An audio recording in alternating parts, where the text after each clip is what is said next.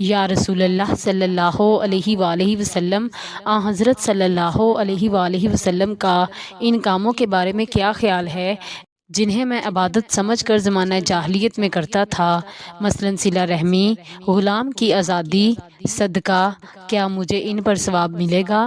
حضرت حکیم رضی اللہ عنہ نے بیان کیا کہ حضور اکرم صلی اللہ علیہ وآلہ وسلم نے فرمایا ہے، تم ان اعمال خیر کے ساتھ اسلام لائے ہو جو پہلے کر چکے ہو۔ ابن اسحاق نے کہا، اتحنس تہنس سے نکلا ہے، اس کے معنی مسل اور عبادت کرنا۔ حشام نے بھی اپنے والد عروہ سے ان لوگوں کی مطابقت کی ہے۔ صحیح بخاری، حدیث نمبر 5992۔ میں رسول اللہ صلی اللہ علیہ وآلہ وسلم کی خدمت میں اپنے والد کے ساتھ حاضر ہوئی۔ میں ایک زرد قمیض پہنے ہوئے تھی۔ حضرت صلی اللہ علیہ وآلہ وسلم نے فرمایا، سنہ سنہ۔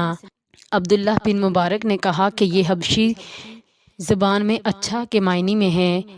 خالد نے بیان کیا کہ پھر میں حضرت صلی اللہ علیہ وآلہ وسلم کی خاتم نبوت سے کھیلنے لگی تو میرے والد نے مجھے ڈانٹا، لیکن حضرت صلی اللہ علیہ وآلہ وسلم نے فرمایا کہ اسے کھیلنے دو۔ پھر آپ صلی اللہ علیہ وآلہ وسلم نے فرمایا کہ تم ایک زمانے تک زندہ رہو گی، اللہ تعالیٰ تمہاری عمر خوب طویل کرے، تمہاری زندگی دراز ہو۔ عبداللہ نے بیان کیا، چنانچہ انہوں نے بہت ہی طویل عمر پائی اور ان کی طول عمر کے چرچے ہونے لگے۔ صحیح بخاری، حدیث نمبر 5993۔ میں نے نبی کریم صلی اللہ علیہ وآلہ وسلم سے سنا کہ فلاں کی اولاد یعنی ابو سفیان بن حکم بن عاص یا ابو لہب کی، یہ عمرو بن عاص نے کہا کہ محمد بن جعفر کی کتاب میں اس وہم پر سفید جگہ خالی تھی، یعنی تحریر نہ تھی، میرے عزیز نہیں ہیں، گو ان سے نسبی رشتہ ہے، میرا ولی تو اللہ ہے اور میرے عزیز تو ولی ہیں، جو مسلمانوں میں نیک اور پرہیزگار ہیں، گو ان سے نسبی رشتہ بھی نہ ہو۔ انصبہ بن عبد الواحد نے بیان بن بشر سے، انہوں نے قیس سے اور انہوں نے عمرو بن عاص سے اتنا بڑھایا ہے کہ میں نے حضرت صلی اللہ علیہ وآلہ وسلم سے سنا، آپ صلی اللہ علیہ وآلہ وسلم نے فرمایا کہ البتہ ان سے میرا رشتہ ناتا ہے، اگر وہ تر رکھیں گے تو میں بھی تر رکھوں گا، یعنی وہ ناتا جوڑیں گے تو میں بھی جوڑوں گا۔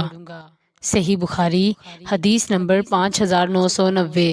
مجھے کسی عورت پر اتنا رشک نہیں آتا تھا جتنا حضرت خدیجہ رضی اللہ عنہا پر آتا تھا، حالانکہ وہ حضرت صلی اللہ علیہ وآلہ وسلم کی مجھ سے شادی سے 3 سال پہلے وفات پا چکی تھیں۔ رشک کی وجہ یہ تھی کہ حضرت صلی اللہ علیہ وآلہ وسلم کو میں کثرت سے ان کا ذکر کرتے سنتی تھی، اور حضرت صلی اللہ علیہ وآلہ وسلم کو ان کے رب نے حکم دیا تھا کہ حضرت خدیجہ رضی اللہ عنہا کو جنت میں ایک خولدار موتیوں کے گھر کی خوشخبری سنا دیں۔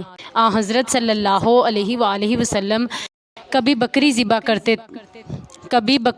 کرتے، پھر اس میں سے حضرت خدیجہ رضی اللہ عنہا کی سہیلیوں کو حصہ بھیجتے تھے۔